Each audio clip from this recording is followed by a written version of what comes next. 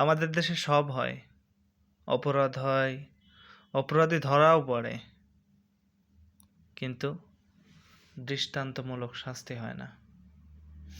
আপনি ভাবতে পারেন মানবতা কোথায় গিয়ে ঠেকেছে, মানুষের বিবেক কত নিচে নেমে গেছে, মানুষ কতটা বিবেক বিবর্জিত হয়ে গেছে। একটা 8 বছরের শিশু, তাকে যেভাবে পাশবিক নির্যাতন করা হয়েছে, আমার বুকটা ফেটে যাচ্ছে কথাগুলো বলতে। কিভাবে সম্ভব? একটা মানুষের দ্বারা এটা কিভাবে সম্ভব?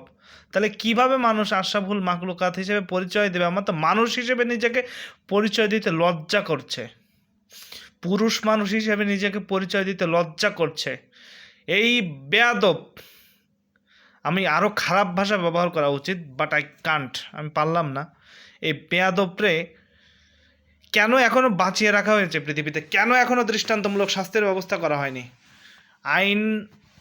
আইন অনুযায়ী আমার মনে হয় যত দ্রুত সম্ভব একে দৃষ্টান্তমূলক শাস্তি দিয়ে আমার মা বোনেদের জন্য পরিবেশটাকে নিরাপদ করে দেওয়া উচিত।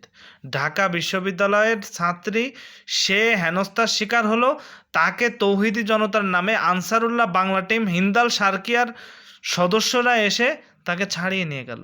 নিরাপত্তা কোথায়? কে দেবে নিরাপত্তা? নারী দিবসে পদক মারাও, বেয়াদব। নারীদের নিরাপত্তা নেই, নারী দিবসে পদক মারাও না।